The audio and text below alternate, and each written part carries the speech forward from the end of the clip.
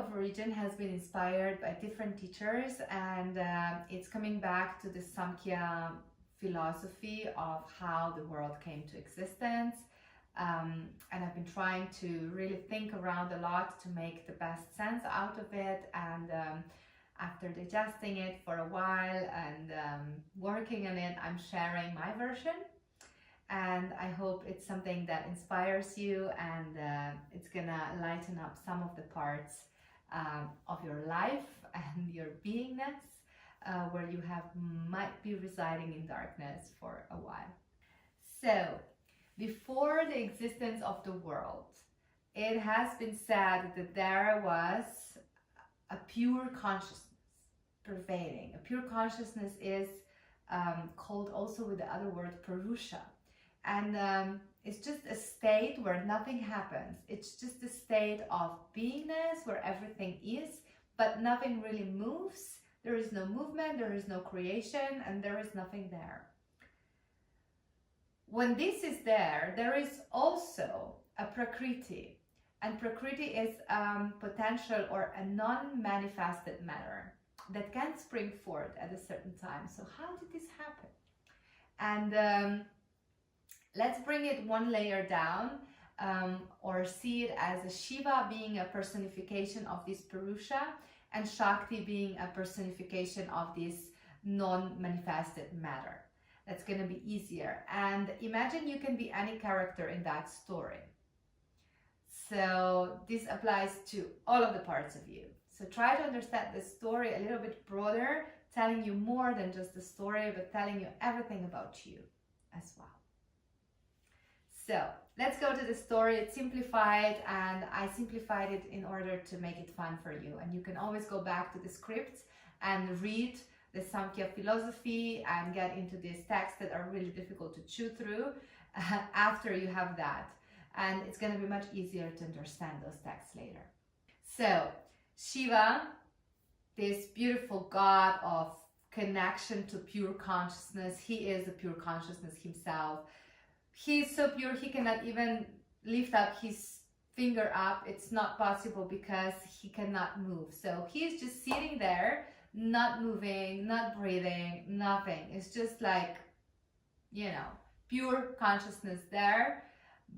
Trillion, billions, who know how many eons of years, nothing changes. So he's just perceiving this nothingness for a long, long time.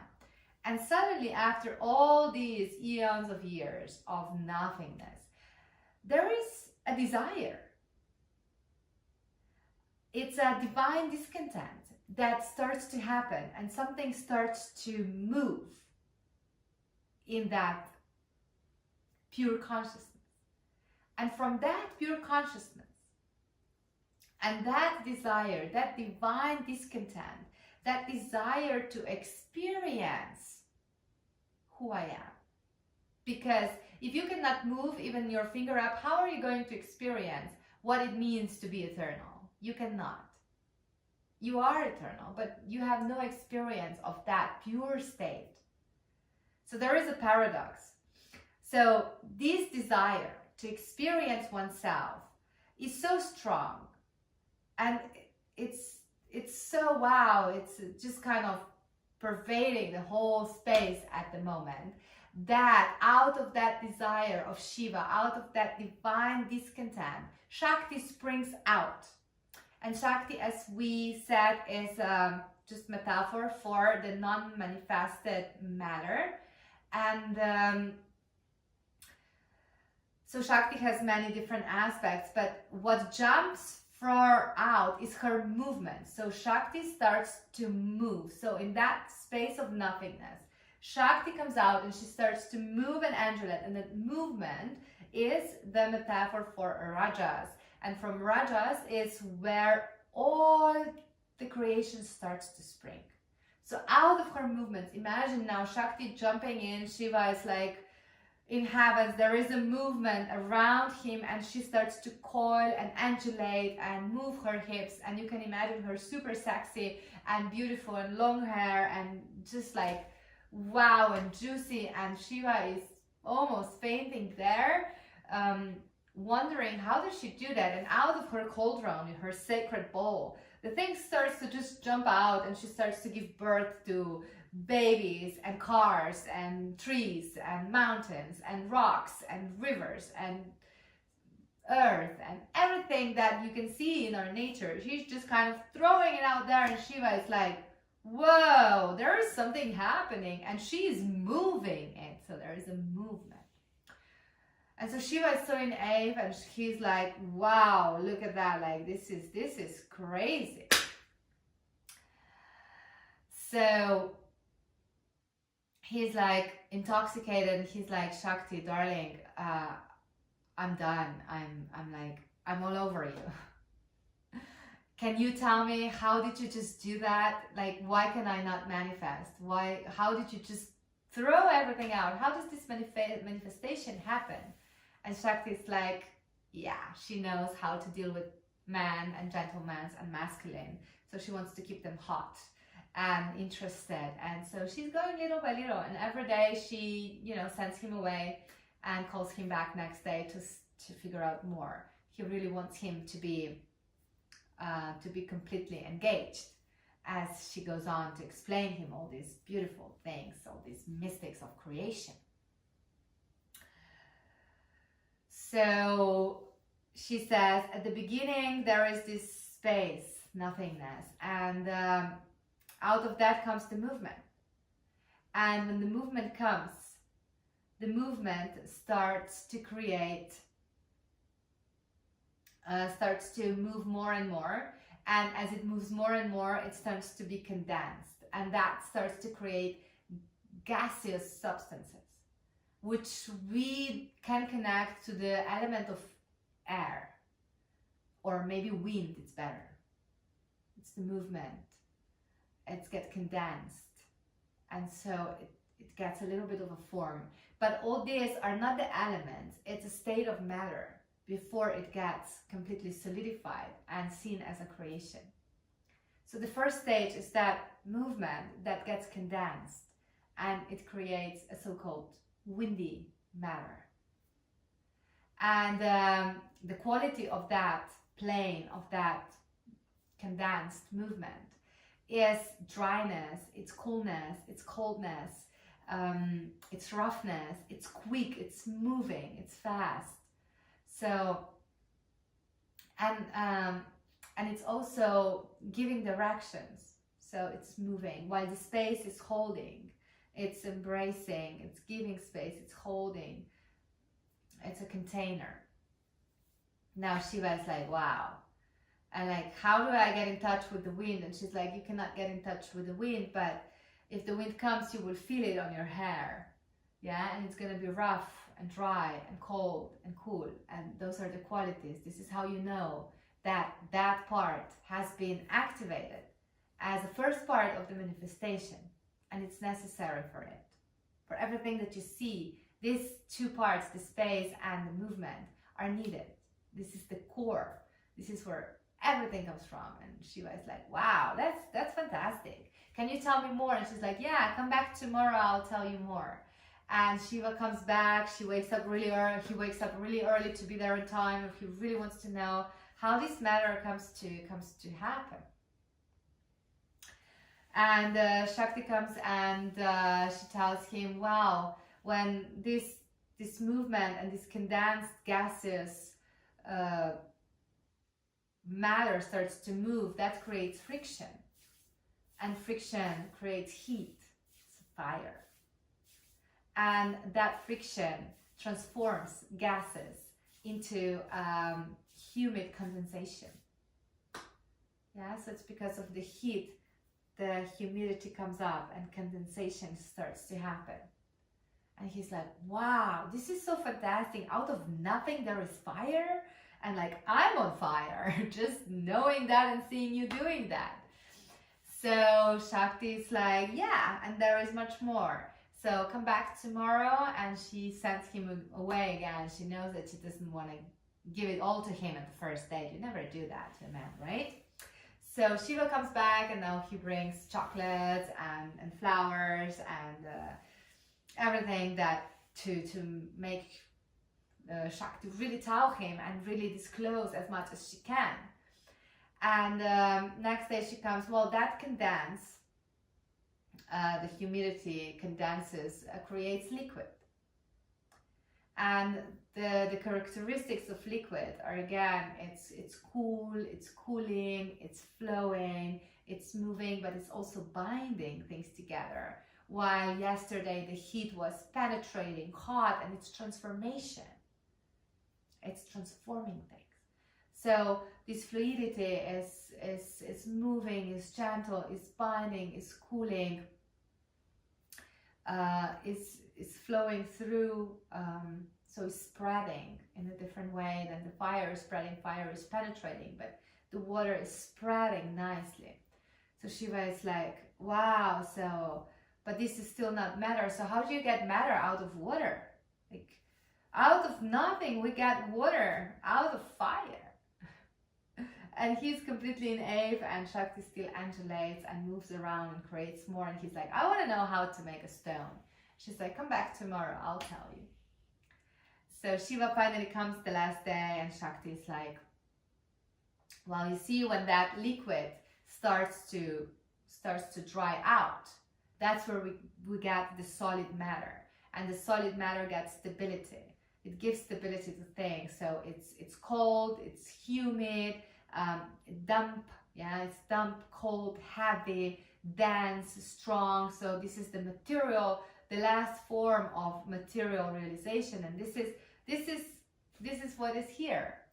So Shiva is like, yeah, but you know, those are just the states of matter. So how does this beautiful planet that you just created comes to existence, and the stars and these beautiful babies that are also different? So what is going on? And Shakti is like, well, come back tomorrow, I need a little break, I'm already tired from undulation and doing so much. So again, Shiva goes all upset, and then he comes back next day, and Shakti discloses the core of everything. So she discloses that this movement, this pulse that starts in the space, starts to create all these states of matter that are alive. And because of that movement, they start to interact. And as they interact, they start to bind together in a certain form. And by binding together, they create so-called doshas, or the three managers of the material realm. And the doshas we can find in everything that is here on planet. We can find those characteristics of the doshas and those matter that is in there, in everything that we see in the material form. And also everything that you see in the solid form will contain all of the previous states of matter. The air, the space, the fire, and the water. And the baby happens by in and out, in and out, in and out. The life comes to existence by in and out, beginning, middle, and the life cycles happen by beginning, middle, and beginning, middle, and in and out, in and out, in and out, going faster and faster and faster creates a baby. So it's a pulse, it's a throbbing, it's a pulse that creates everything, that creates that makes these material, the states of matter combine. And how do they combine, asks Shiva. Well, is there a way that they combine to create a baby? Yes, of course. So we've got three managers, and the first combination is the air and space binds together because the wind cannot move without the space holding it. So they create the dosha of Vata. And Vata is the manager of everything. When Vata is not happy, nobody's happy. So we want to keep that one really, really, really warm and mushy and cozy and safe and down, down, down to earth to be happy. And then there is a second combination that is the fire. And the fire cannot, you know, build and transform anything it's going to just burn everything down. So creation is not possible if the fire is not binding with water. The fire and water really like each other because the water is protecting the walls, so it's holding the container for the fire to be able to burn. And then the third is the water and the earth. The earth is just, it cannot move without the water. So the water is allowing the earth to move, and the earth is giving the water the container to be able to stay. Because if there is no container, water spreads and it dissolves. It just cannot flow. It needs a shape to be contained. So Shiva is like, wow. And what are these two called? So the air and the water together, when they dance together, when they join, this is called Pitta. And this is our transformative ability in the process of transformation. It can transform things. While the first one, the Vata, is moving things. And then the third, the water and the earth, they create the third pillar, which is called Kapha. And this one is giving lubrication and stability. It gives the ground. It builds. It offers the structure for the transformation to happen and the movements to move through and shape it. And now Shiva is like, wow, this is crazy. This is how creation happens. And Shakti is like, yeah. And all that happens when there is a pulse. And the pulse needs to be constant, and it needs to be constantly, naturally throbbing. And this is where these doshas and these states of matter starts to interact. And they start to form different things. Some are more dry, some are more liquid, some are more fluid, some are more dense. And this is how the babies are so different, because they are all having different interaction in their bodies. And this is how some food is like that, and the other one is like that, and that drink is like that, and those waters are like that, and the stones are like that. And everything is so diversified. So there's this diversification happening. And it comes down.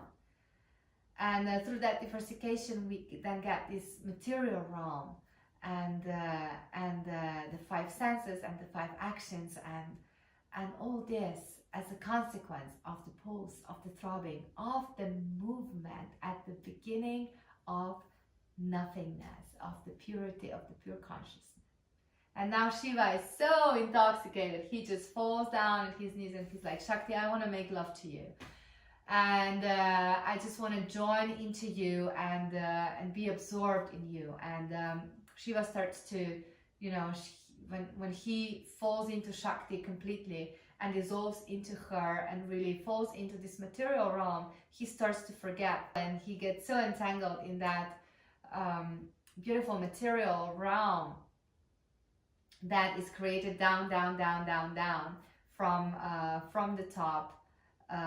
From the purity of consciousness, through the non-material, non-manifested matter, through the cosmic mind, and then the individualization down into doshas and material forms and into babies. And he's just so into that, he forgets where he comes from. And this is what often happens to us through that life. We get so entangled into the material, into that whale that Shakti brings. She brings that whale of Maya, as they say, the material, the creation, the movement, the pulse, the throbbing, that we forget the origin, the purity, the pure consciousness.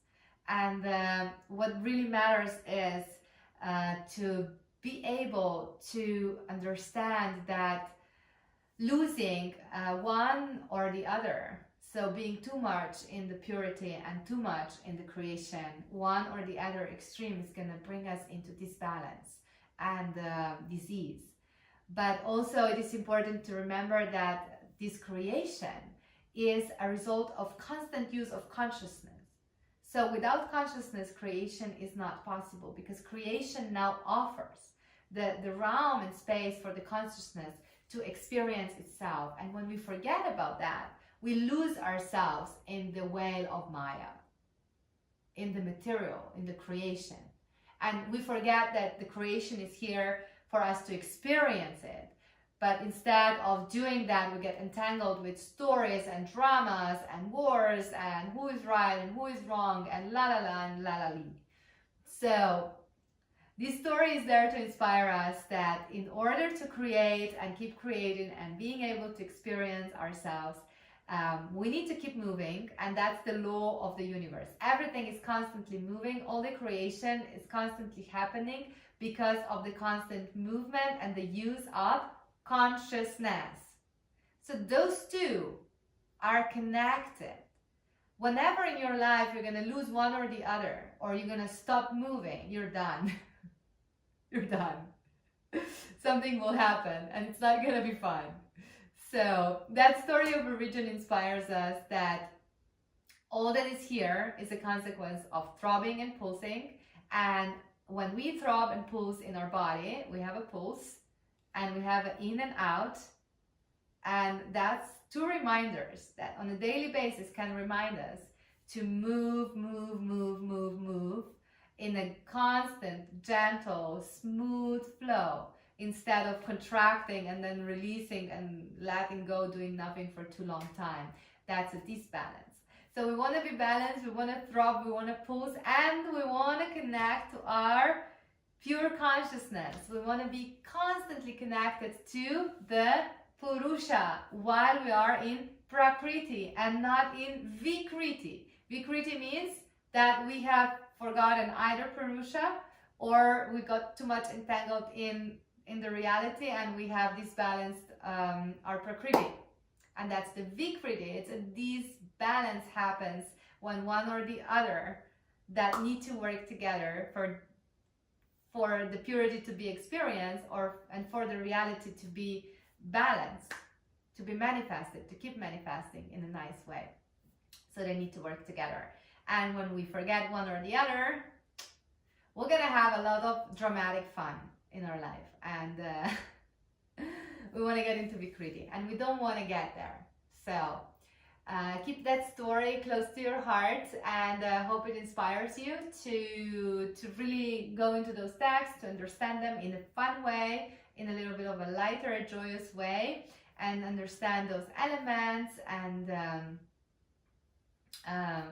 how to create. And maybe by that you'll be inspired to understand how you can create your own reality as well. It does give you a hint how your own reality is created, and how a drama is created, and how you disbalance yourself, and how you fall into traps, and everything is in that story. So keep playing with it, listen it again and again and again to inspire you, to awaken sparks in you, and please share it with those you love. Thank you, and I'll see you soon.